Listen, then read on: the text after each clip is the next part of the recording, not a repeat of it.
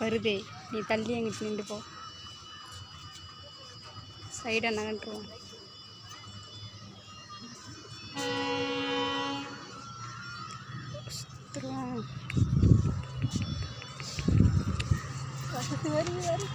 தள்ளி நின்றுக்க அதுருமா, அது வேற போ, மூஞ்சில் ஓடிக்குமா.